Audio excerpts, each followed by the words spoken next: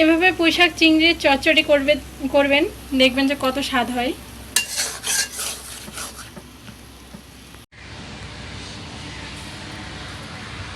নমস্কার, BD village কিচেনে আপনাদের সকলকে স্বাগতম জানাই। আজকে আমি চলে আসছি একটা নতুন রেসিপি নিয়ে। দেখতে পাচ্ছেন আমার সামনে অনেক পুঁই গাছ, পুঁই শাক। আজকে আমি পুঁই শাক দিয়ে হচ্ছে কুচো চিংড়ির চচ্চড়ি করব। এটা আমাদের বাগানের পুঁই শাক।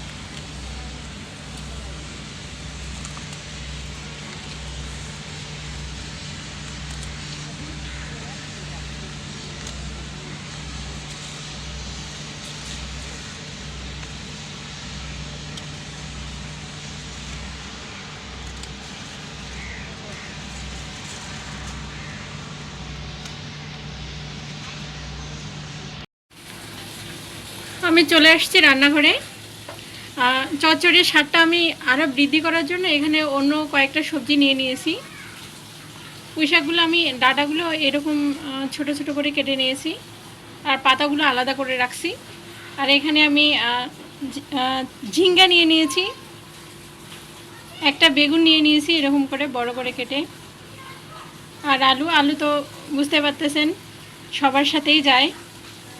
আর এটা হচ্ছে কচুরমুখির সাথে পুঁই শাকের কিন্তু সেই আজীবনের একটা ভালো সম্পর্ক। এজন্য একটা সুন্দর স্বাদ দেওয়ার জন্য আমি এসব সবজি নিয়ে নিয়েছি। তো কথা বাড়াবো না, চলে যাব রান্নায়। এখানে চিংড়ি মাছ পরিষ্কার করে নিয়েছি, চলে যাব রান্নায়। প্রথমে চিংড়ি মাছগুলো ভেজে নিব। তেল গরম হয়ে আসছে, এবারে দিয়ে দেব চিংড়ি মাছগুলো।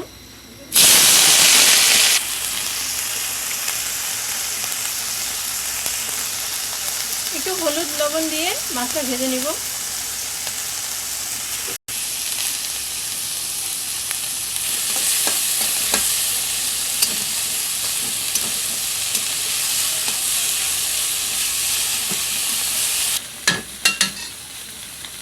চিংড়ি মাছগুলো ভাজা হয়ে গেছে, আমি বেশি ভাজি নেই, হালকা করে ভাজছি, কারণ এগুলো আবার তরকারির সাথে কুক হবে।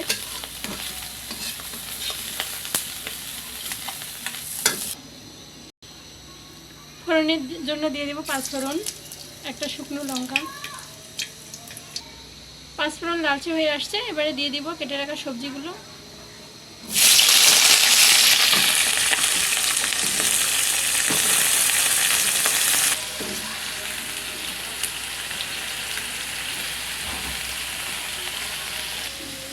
পুঁই শাকের যে ডাঁটাগুলো আছে সেগুলো আমি এখন দিব, আর পাতাগুলো পরে দিব। তাহলে হচ্ছে তরকারির টেক্সচারটা যে আছে সেটা ভালো আসবে, আর দেখতেও ভালো লাগবে। আর প্রথমে তো দর্শনদারি, তারপরে হবে গুণ বিচারি।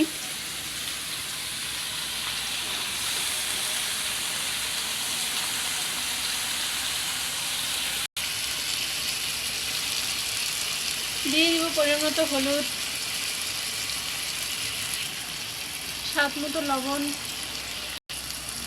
আর ঝালের জন্য কাঁচা লঙ্কা। আপাতত এখানে কোনো মশলা লাগবে না। একটু ভালো করে লবণ আর হলুদগুলো মিশিয়ে চাপা দিয়ে দিব, যাতে সব সবজিগুলো সুন্দরভাবে সিদ্ধ হয়ে যায়।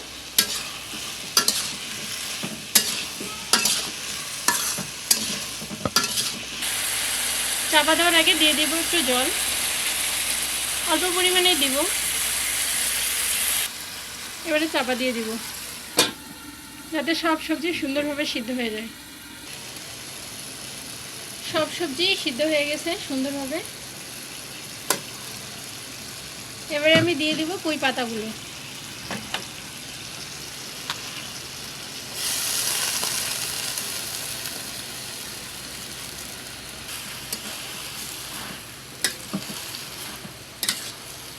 পাতাগুলো অনেক নরম, এজন্য আর কচিও, বেশি সময় লাগবে না সিদ্ধ হতে।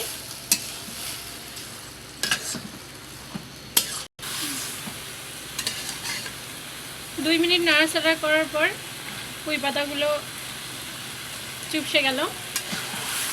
আর একটু নাড়াচাড়া করে মাছগুলো দিয়ে দিব। আমার রান্না প্রায় 70% হয়ে গেছে। কালারের জন্য একটু কাশ্মীরি লঙ্কা গুঁড়ো দিয়ে দিব।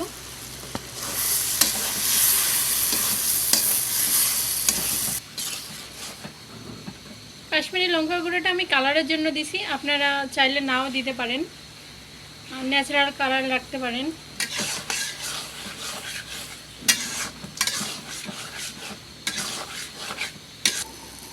এবারে দিয়ে দিব ভেজে রাখা চিংড়ি মাছগুলো, যেটা আজকে মূল উপকরণ।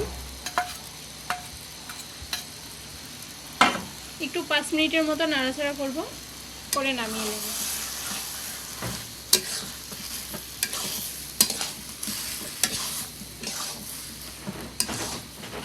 দিব 1 চামচ মতো জিরে গুঁড়ো,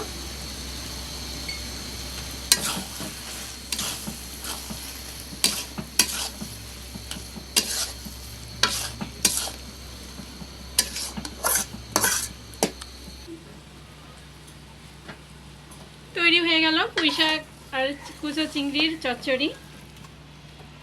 আপনারা অবশ্যই এটা বাড়িতে ট্রাই করে আমাকে জানাবেন যে কেমন লাগলো। আর এতক্ষণ আমাদের সাথে থাকার জন্য ধন্যবাদ। দেখা হবে নতুন কোনো রেসিপি নিয়ে। ততক্ষণে ভালো থাকবেন, সুস্থ থাকবেন, সুন্দর থাকবেন। নমস্কার।